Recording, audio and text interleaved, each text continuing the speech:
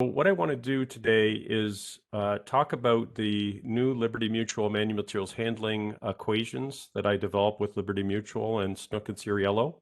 Talk about how they were developed, how the equations work, and then we also have an app. This, like I said, it could be accepted today and be public today. It's going to be public very soon. And once it is, I'll be able to share with you the equations and the app, but I can show you the process that we went through. Let me just try to get organized here. Okay, so, and then next I want to show you a study that, again, I think is going to be accepted very soon, that looks at the accuracy of the 3D SSPP software, and it uses very similar assumptions to things like Jack and Process Simulate. And so it's got some big implications for our use of those tools. Spoiler alert, I'm going to show you that the results were very poor from that analysis and that the errors are very high.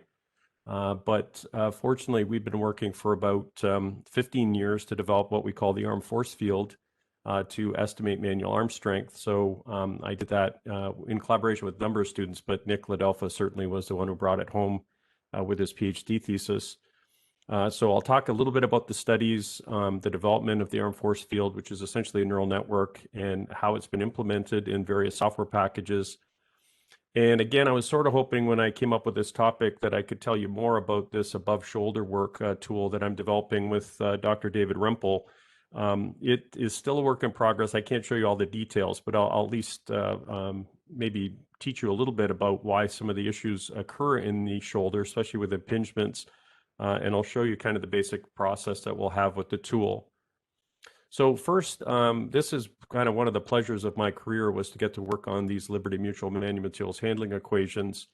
I was in a meeting when I was out in California. I happened to be invited into a meeting with a guy named George Brogamus from Liberty Mutual. And at the end of the meeting, I had said to him, listen, I know the 1991 tables, they had 7 studies in them, but I know you've published 12 studies since, and you never revised the tables since then, partly because Vincent Ciriello and Stover had retired. And I said, if you gave me all that data, I would develop some equations for you, and they'd be a lot easier to use than the tables are. And plus, everything's gone digital, so you could make an app with them. And so that's started about a 1-year negotiation with Liberty Mutual, and I finally got the laptop about 2 days before lockdown in mid-March, and embarrassed to say that's pretty much all I did for the first 2 months of lockdown. The first month was to try to summarize all the data that they had, and the second month was, I ate a bit and I went for a few walks, but literally that's pretty much all I did. And so this has now been accepted for publication. The way these publications work, for those of you that haven't submitted something to a journal, is once they get them in their final form, they send it to you, and it looks very much like the journal article. You got to tell them, like, well, I think you need to capitalize Liberty and Mutual. So I'm waiting for the final version to come back, and then that'll get posted as sort of an advanced copy that'll be available to the public. Liberty Mutual has offered to pay the fee that's required so that we can make this open source. So any ergonomist will be able to go on the website and download the article. You won't need to have a subscription to the journal. And so I'm really proud. It's been really fun to work with Vince and Stover, as well as Wayne, who just retired after, I think, a 40-year career at Liberty Mutual, and George is still working out in Los Angeles. And so I think they're actually going to be, they've got a lot more data behind them, and they're going to be a lot easier to use, I think, as you'll see. So just kind of walk you through, what was in those first tables, and then what we added into these equations. So this is Stover Snook, just a wonderful guy now that I've gotten to know him a little bit. And so the first study that was in the 91 tables was this Snook all by himself, 1971. And so here's one of the conditions. I'm going to show you tables that'll get bigger and bigger. You won't have to worry about everything that's in them, but it's I can think more to overwhelm you with the amount of work that Stover and Vince did. So for example, the lifting in this particular study had 9 different conditions with a medium box width, floor to knuckle, knee to shoulder, shoulder to arm reach, knuckle to shoulder, shoulder to arm reach. The distances were always 51 centimeters. The frequencies were 1 to 6.7, and they had a number of distances. If I expand out to that study, here's kind of what the column's going to look like for that particular study. It was all males, but they also looked at lowering, pushing, pulling, and carrying.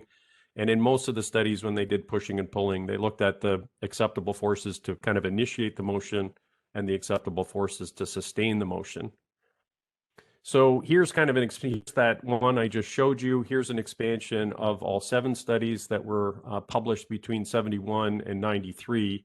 I mean, this one was eventually published in 93, but they had a report that they used in the 91 equations. And here's Vince. He's a great guy as well. Really one of the funniest guys I've met. And it's been just a real joy to work with both of these guys.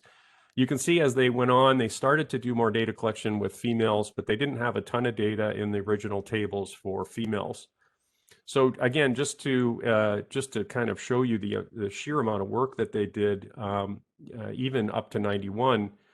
Here are all the different conditions. So there's sort of 14 different tables in the original publication: lift, lower, push, initiate, sustain, pull, initiate, and sustain, and carry.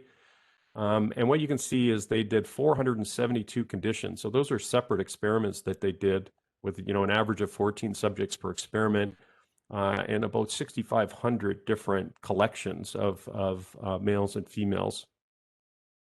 Now, in some studies, they would duplicate conditions that they already studied because they wanted to make sure they were having some reliability across the studies. So out of the 472, there was actually 338 unique conditions that they collected, which is just a massive, having done psychophysical research. And we didn't train, I mean, I did a fair bit for Allison when she was at Ford, and we didn't train people for 5 weeks like they did. But the other thing, that kind of struck me as I was doing this synthesis is that if you look at the number of values in the Snook and Ciriello tables, and I'm just talking about the 50% capable values, there's 216 in each of the lift and lower tables. There's 105 in each of the push and pull tables, 42 in the carry tables. There's a total of almost 1,800 conditions in those tables, of which this 338 is only about less than 20%. And so the values in those tables, only about 20% of them are based on actual values from an experiment. The rest, they sort of had to interpolate. And I don't think, people realize that. And they're pretty open about it in the papers. But, a lot of times people don't necessarily read the fine print in these papers. In particular, you can see that only 12% of the values in the lowering tables are from empirical data, 6% of the pulling. Now, luckily, they could get some ratios between lifting and lowering and pushing and pulling and use that to make some assumptions. But, even then, the biggest data collections I had was 28% for pushing and 57% for carrying, which is a fairly small table. So you're not going to be able to read all of this, but here's the original table. Here's the first 7 studies. These are the additional 12 that I incorporated into the equations. And, there's not as much data in each of these studies as there was in these studies, but they kind of were filling in some gaps that were missing and maybe some criticisms that they had over the years. The other thing that struck me is, many people will just use the short form, the Snook tables. And of the 19 studies that were done, Vince was the first author or only author, I think, on 14 or 15 of them. Well, I think it was all but 3 of them. And so, in some ways, he hasn't gotten nearly the credit he deserves. And it's clear to me that Stover feels the same way when we talk about these things. And that's partly why Vince is the second author on the paper. Okay, so here is now all of the data up to 2011. And so instead of 172 conditions, there's 612. So we were able to add 30 more conditions. If we look at the unique conditions, we were able to add an additional 15% unique conditions, but a lot more subjects per condition as well. But, we're still only at about 22% of the total values in the table. So even if I was trying to take this data and make the new tables with the exact same conditions, there's no way I could run a regression analysis and fill in all those blanks. So I kind of had to use a different approach. It's a bit like the NIOSH approach, and you'll see the equations work very similarly to the NIOSH equation in terms of like how you would use it. So what I did was I took all those 612 maximum acceptable load conditions, and I developed equations for 7 equations for females, 7 for males. Lift, lower, push, initiate, sustain, pull, initiate, sustain, and carry. I used some standard anthropometry because everything in their studies was based on anthropometry, so that, you know, people lifted from the floor to their knee or the floor to their knuckle, and that was always relative to their body. So based on, and what I can tell you is that the averages from their studies are almost identical to the averages from the answer database. So they more or less had an average population, a North American population.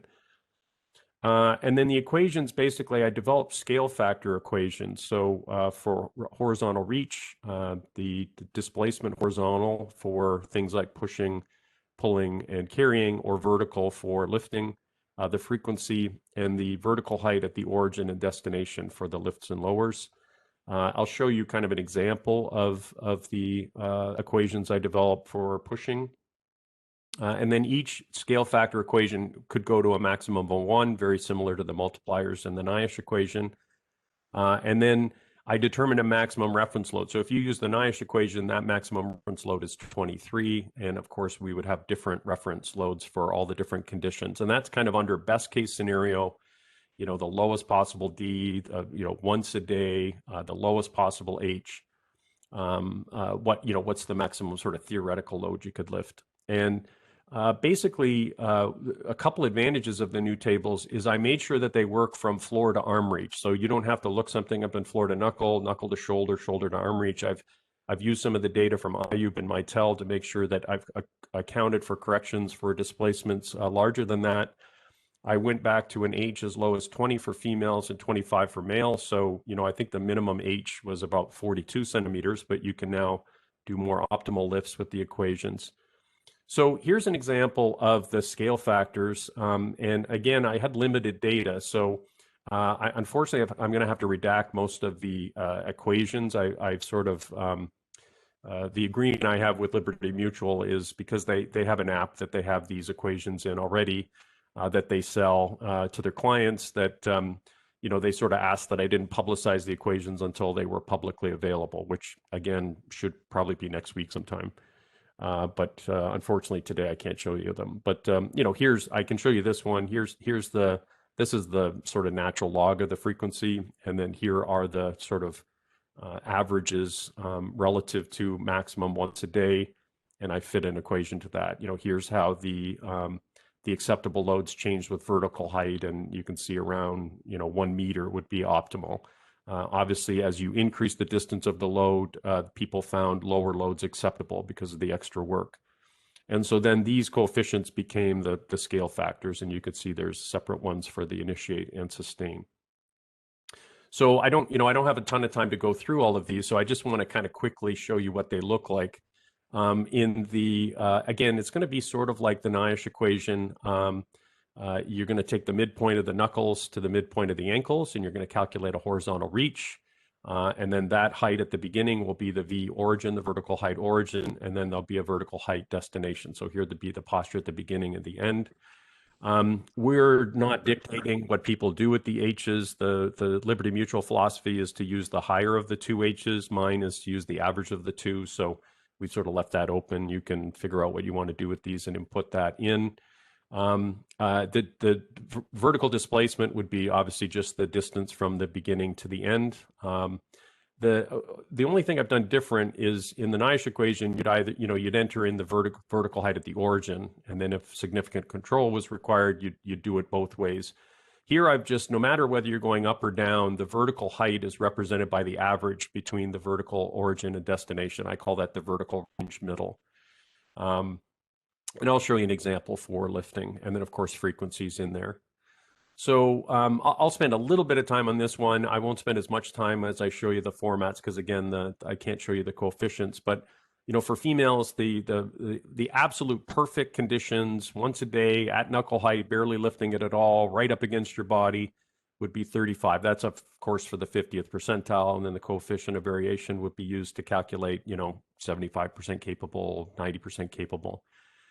Here would be the multiplier for vertical range middle. So it would be 0.9877, the vertical range middle value in meters divided by 13.69, and then it squared divided by 9.221.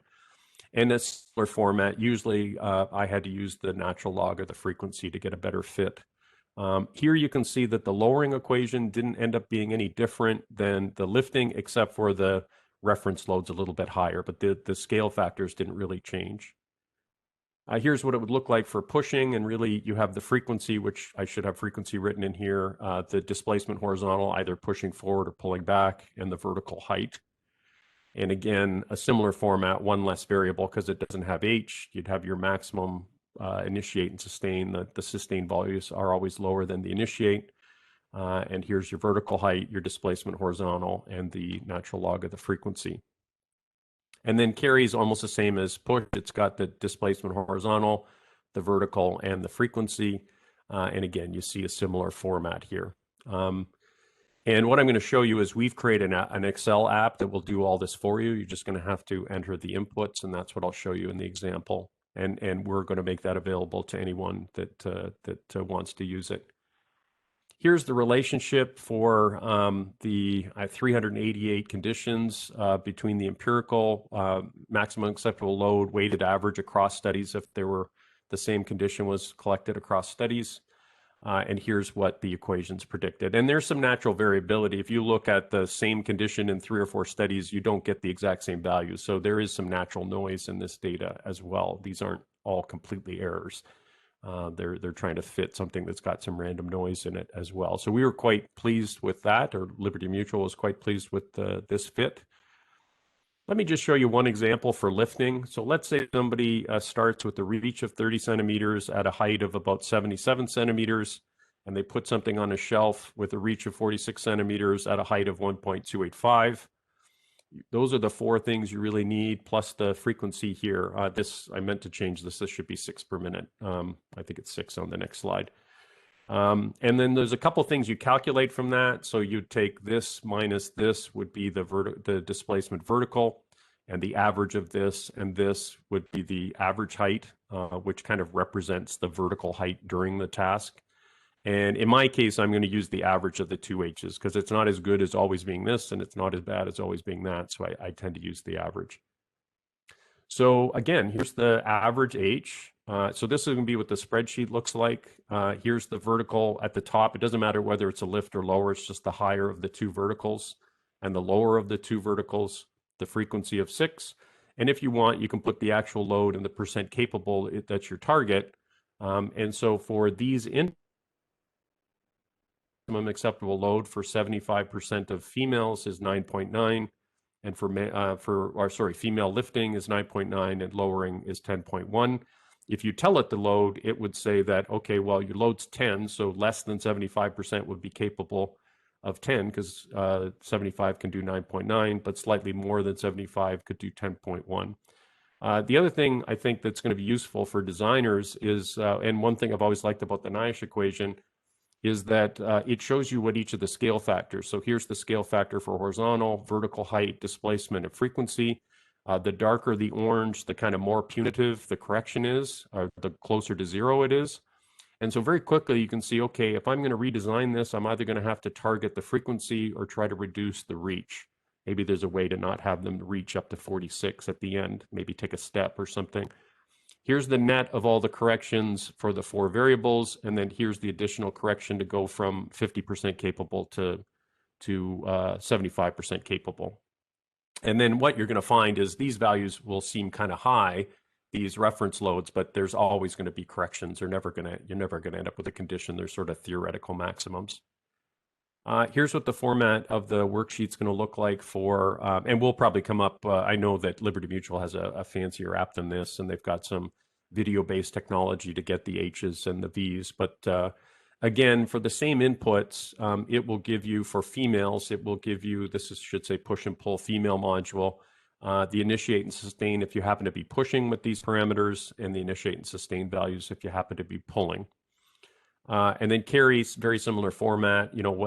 Let's say this height was 0.77.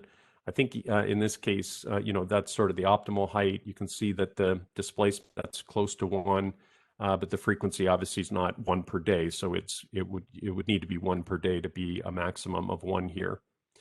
So anyways, that's going to be very soon. I'm going to show you a link that I'll include in the slides to a OneDrive that I will put this stuff in once it's available. And I can maybe indicate that to Trevor or something to send an email to the group. But It won't be in there right now, but I will put a few things from this lecture in today, but it should be in there very soon. And, I think this app will serve you pretty well in terms of, I've taught Snook and Seriello tables for a long time. They're very difficult to teach people how to use because if it's in two different ranges, or what if it's between frequencies? Now you just can put the exact frequency, the exact V in, and you'll get a unique solution for each. So that kind of covers psychophysics in terms of ergonomics. I've also become very interested in the accuracy. As Allison, we did a lot of work with Allison over the years, used Jack and 3D Static a lot to make a lot of expensive decisions or expensive non-decisions. And I became quite concerned with the accuracy of the digital human model software. This paper is now in its second review. The first reviews were quite positive. There were a few changes to figures and things. So I do expect this is going to be accepted soon. And I'm just going to quickly, I can't teach you everything we did with it, but more just give you a flavor of how careful we tried to be, and really how we tried to give 3D Static every opportunity to be accurate, so that if it wasn't, then we knew that we had some concerns. This was Andrew Hall's master's thesis. Again, Nick Ladelph was involved, and Chris Loma was an internship student from Fanshawe last summer with me. They did great work on this. So what we wanted to do was, I wanted to use 3D Static, but I wanted to replace the strengths in 3D Static with each individual's own strengths. And I wanted to measure them exactly like Stobie did to populate the 3D Static. And I might add that Stobie data was never published and is more than almost 40 years old now. And so I'm going to call this manual arm strength because we're using the hand as the interface, but it's really the arm which is going to be the limiting factor. And if I forget to mention it, we did all we could to kind of not have the wrist be the limiting factor, because it's very difficult to measure wrist strengths reliably. And we were mainly interested in the ability of 3D Static to predict arm strength. And so we did a bunch of tests for the joint strengths, like shoulder abduction, elbow flexion, like Stobie did. We put people in 4 different hand locations. I'll show you 2 at eye height and 2 at knuckle height, or at umbilical height, one sort of in front of the shoulder and one off to the side. And we had them apply forces in kind of the 6 cardinal directions, anterior, posterior, superior up, inferior down, medial to the midline, and lateral to the outside. So we had 15 subjects. We had 4 hand locations and 6 directions. Because we populated 3D SSPP with the person's exact strength, and we told it their exact hand location and exact arm posture, we would have expected that it should do a pretty good job of predicting each person's strength for each of the conditions, so the 360 conditions. Here was kind of what we did to collect the data like Stobie did. I won't go into a lot, but it was, what is the elbow extension strength? What is the shoulder abduction strength? And I'll show you there's a way to go into 3D Static and replace the population strength data with an individual strength, which, may come in handy if you have a functional abilities assessment and you're trying to determine whether somebody could go back to work. Elbow flexion. So, we were very careful to try to measure these strengths like Stobie had. We had to do a bunch of things. For example, if you're pushing down, we wanted it to go right through the wrist, so that wouldn't be the limiting factor. Same thing pushing up. Here would be an example of somebody at eye height in front of the shoulder, eye height, or in front of the shoulder, eye height rotated around about 45 degrees. I rotated around at umbilical height and right in front of them. So we had a fairly big box that, of places that the hand would often go.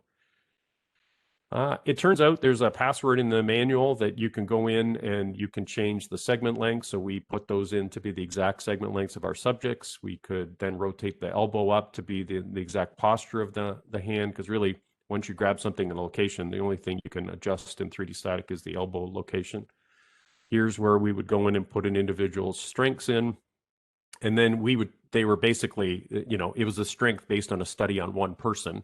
And so we would iterate loads up in each of the conditions until we reached, so that the moment demand was the same as that person's strength, which was essentially saying that's a 50th percentile because it was the average of one person. And so, again, we were as careful as we could to give this every opportunity to succeed. When we looked at, here's the measured strengths for the 360 conditions, and here's what came out of 3D SSPP. And so on average, 3D SSPP was only about, 6.7 newtons lower than the measured strength.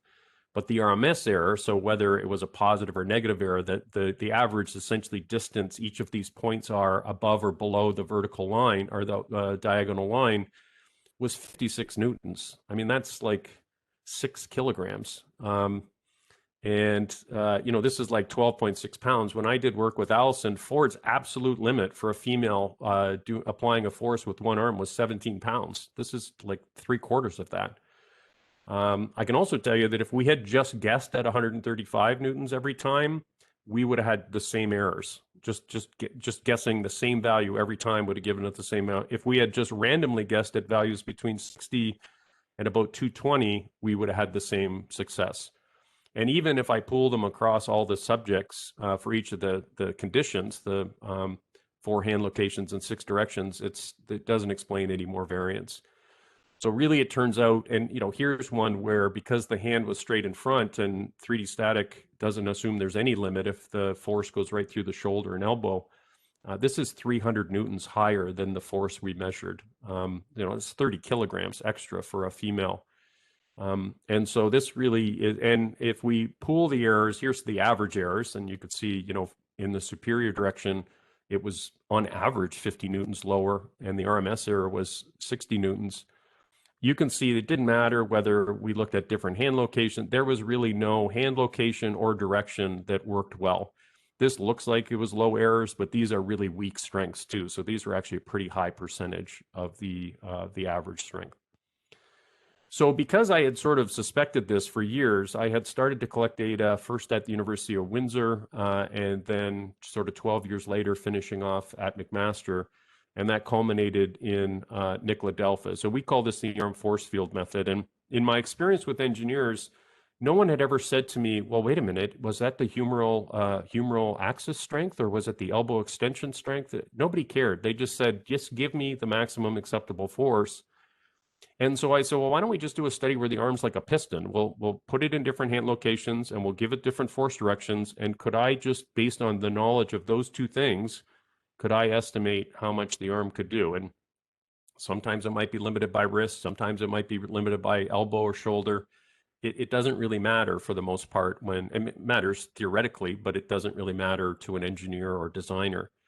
Or frankly, an ergonomist who's trying to get a task to pass and move on to the next of the 50 that they got to get done that week. So here is kind of we did some studies where people were standing, some of the later studies where they were sitting. We could move this side to side and move it up and down. So we could measure where the hand was with these electrogoniometers or these magnetic goniometers. We gave some feedback to the subjects because if I told them I wanted them to push forward, 95% of the force had to be in that direction. And we always had like something stabilizing their chest, either straps across the chest, or you can see this plunger going into the sternum, so that people weren't limited by their balance. So we looked at a total of 135 females. We always look at females in our lab because that's usually what the limits are based on, in the range from 20 to 60 years of age. 36 different hand locations. In the early studies, we only did the 6 cardinal directions, but later we did up to 26 directions. We had 536 conditions and over 13,000 strength trials that we did. And what I mean by the 26 is we had, all 6 of these cardinal directions. I'm showing 3 of them here. And then we had every combination of the 2. So for example, lateral and superior, or superior and posterior. So there were 12 of those, and every combination of 3. So lateral, superior, posterior. There were essentially 8 quadrants that they could go into. So we pretty much got strength from every direction they could get into. Here's just a sense of all the hand locations. They were always in front of the shoulder, and usually it was no more than 80% of maximum reach, because rarely do you reach out to full extension and do strength trials. But we had people cross the midline. It was a pretty good distribution. Here are the 56 different conditions. These are the XYZ coordinates of the hand relative to the shoulder. The numbers aren't important. In every single case, we had all 6 of the cardinal directions, so the 1D axes. And then here are all the rows where we had the 26 directions. So we had a fair bit of data to sort of estimate what we call the arm force field. If you put your hand in a location, how much could it apply up, down? If you sort of think of a cloud around the hand indicating how strong you are in each direction, that was sort of our goal in doing this. I won't get into all the details. We essentially set up based on some coordinates of the body, and this has been integrated into some software now. Basically a coordinate system at the shoulder, and that could move around as the trunk bent over. So we wanted to know, we kind of wanted to know how strong would you be if you were floating in space and gravity wasn't playing a role. So it wouldn't really matter whether you were bent over, like how much force could you apply anterior to the trunk, lateral to the trunk, superior to the trunk. And so we took the strength we had, we sort of subtracted out what we estimated to be the effect of gravity. So obviously gravity helps you push down and it detracts away from what you can push up. And then in the model, we can sort of add that estimate back later. So we had a lot of data, and when you're trying to do inputs and outputs, we had basically this axis system at the shoulder. Here's the hand is sort of out in front, and it's kind of medial. So we would have coordinates for the superior, inferior, lateral, medial, and anterior, posterior coordinates, and then we'd have a force direction. Is it forward? Is it forward and up? So you have the 3 coordinates of the force direction, the 3 coordinates of the hand location. We tried regression equations. They didn't work as well. I can't get into all the details, but essentially a neural net is a regression equation on steroids, and there's a number of different levels that weight things. But in the end, you can put these 6 in for the 536 conditions, and we could see how accurate of an output that we could get. So to give you some context, here are the measured manual arm strengths for the 3D static study, and here are the estimates from 3D static. The RMS error is 56 newtons. And on the same scale, these are the estimates that we get with the arm force field. And the errors are 8 times higher in 3D static than they are, more or less random, compared to the arm force field. So we were quite ecstatic, obviously, when we got those. And we don't get any of these crazy overestimates up here. I'm pleased to say that the arm force field has now been incorporated into Jack. And here's the interface. It also does the E equation if you give it the frequency and duration. One issue in Jack is it doesn't really have a hand. It's got a wrist and a forearm, but it doesn't have a hand. So, if somebody was pushing with this chuck pinch, it may not be the arm that's the limiting factor. It may be the hand. So that interface doesn't get, and this isn't really incorporated with the rest of the force solver. So a lot of ergonomists, sort of aren't aware of it and don't use it.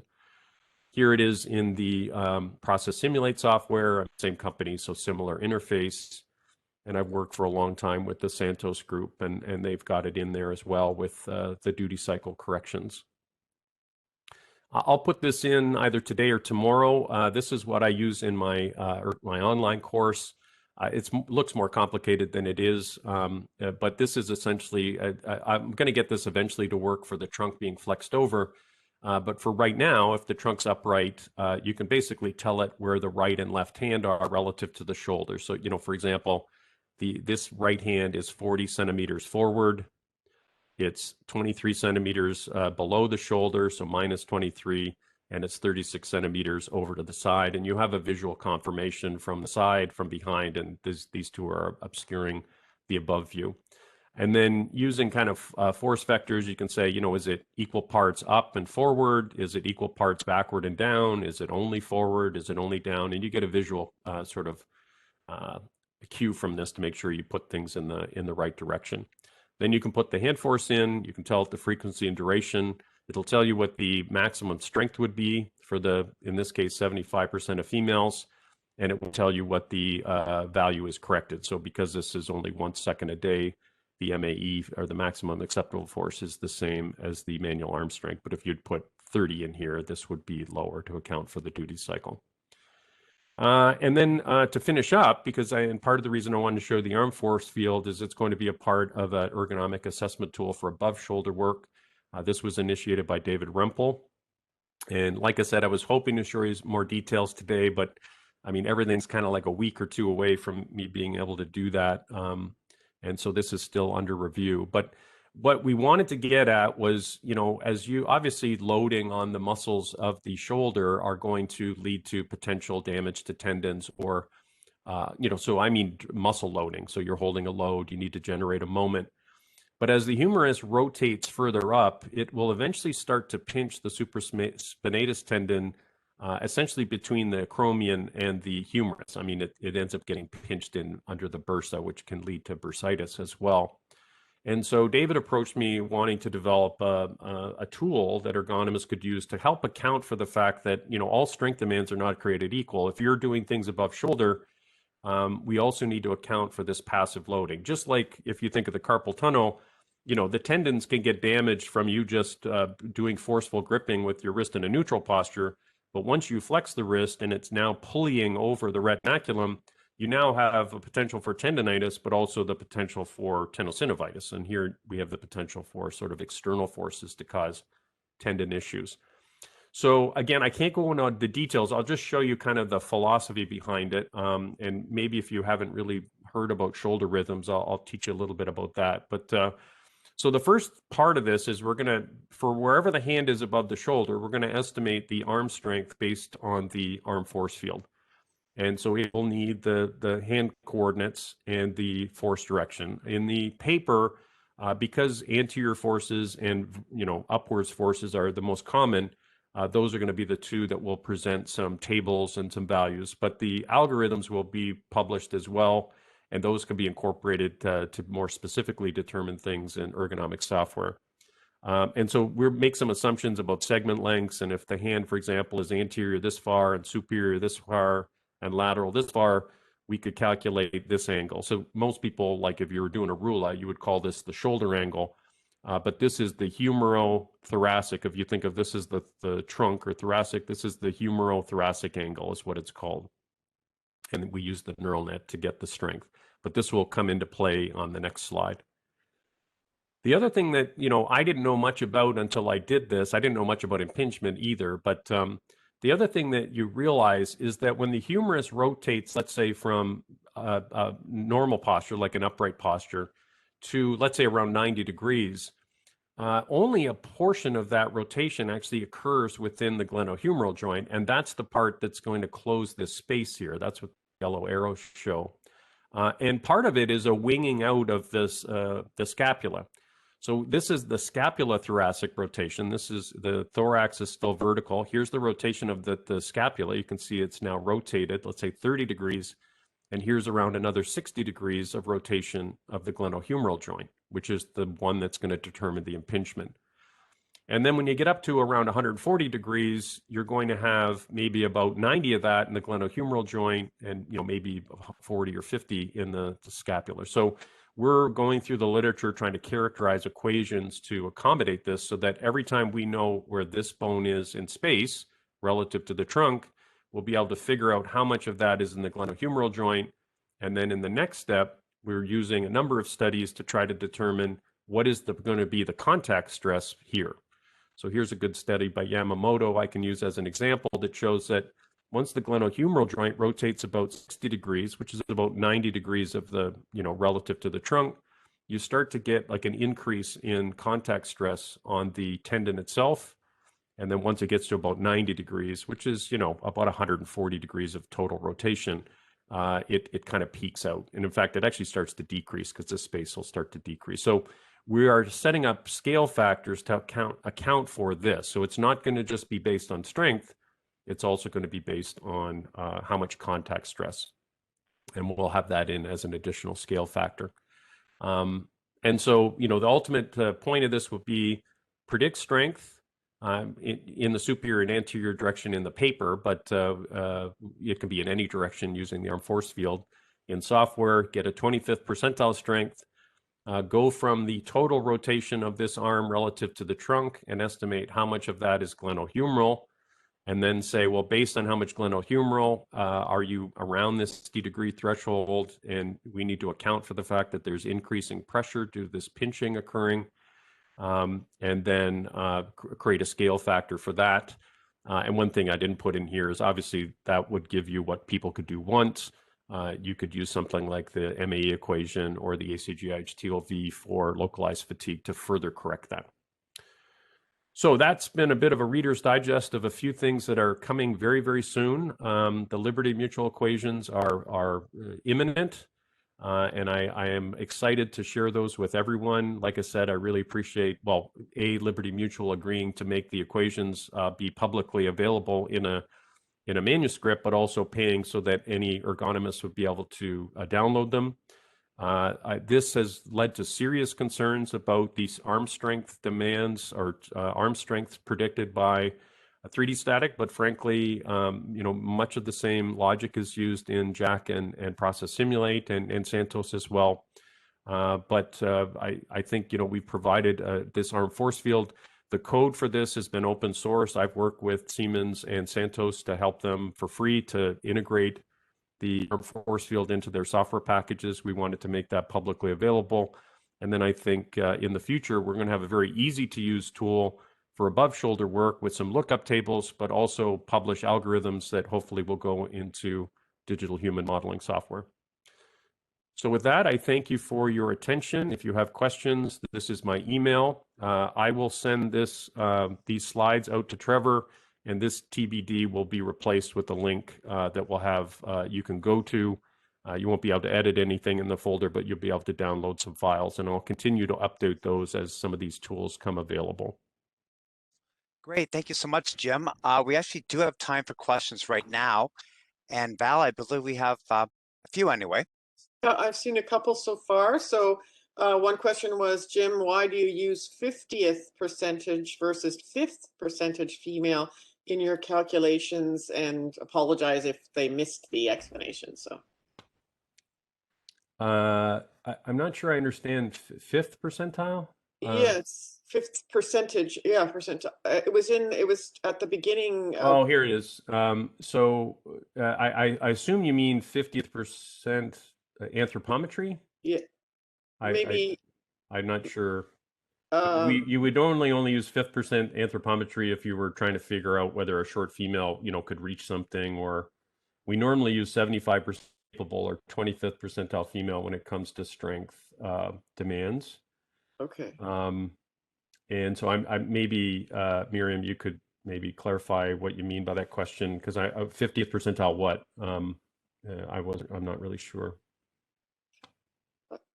I don't know if Miriam wants to unmute. I don't even know how to spell McMaster. I apparently spelled that wrong. Yes, I think I saw that. I think I spelled initial with 2 T's in there. So yeah. We're all human. I think that's actually the point of this whole thing, right? Yeah, I'm usually very willing to prove that to people. Another question from Ron Colley is, would you agree that the arm level required for shoulder injury to be incurred, such as rotator cuff tendonitis and tears, is at or above 60 degrees of flexion and or abduction? Well, Trevor and I talked about this yesterday. I mean, it appears that there's no pressure on the supraspinatus tendon until about 90 degrees of rotation, which is about 60 degrees of glenohumeral rotation. So most people, when they talk about rotation of the shoulder, they're talking about what they can observe, which I presume when you say 60, you mean 60 degrees of the humerus rotating with respect to the trunk. Now, there's a number of other reasons why that would lead to problems independent of pinching of the supraspinatus tendon, because usually to rotate your arm out also means the load's getting further away from the shoulder. And so as you get past about 60, you're now starting to get, a fairly long moment arm of the load, which is, of course, going to require more demands on the muscles themselves. So it's not just about impingement that the supraspinatus or other rotator cuff muscles get damaged. The specifics of it having that lateral force on it, it does not appear occurs until about 90 degrees of total rotation, which is about 60 degrees of internal glenohumeral rotation. So there's another related question about, as you continue above shoulder work, will you be also including the different types of acromion processes that people have and can affect shoulder impingement? Well, I mean, so I am a very population-based tool developer. I don't develop tools for individuals. So we try to develop tools, for example, that we know what the distribution is across the population, either strength or compression. And then we set thresholds and we say, okay, well, for people that are healthy, this would be our threshold so that we would make a task acceptable to 75% of females and 99% of males. Some companies may set a lower threshold than that. If somebody's got, I mean, it's the same thing with carpal tunnel. You know, some people have smaller carpal tunnels and are going to be at a higher risk. When women are pregnant, there's more of a fluid imbalance and the carpal tunnel gets higher pressures in it. And so you may want to accommodate that within the workplace. And of course, there's always some sort of Darwinian natural selection that goes on. But we don't typically develop these tools where we would bring an MRI in of that person's joint and then say, okay, well, you know, they shouldn't, our correction factor should be scaled, because it's almost impossible to do that. We're sort of designing based on a population generally, or at least that's typically what I do. There may be others that do things that are more tailored to individuals.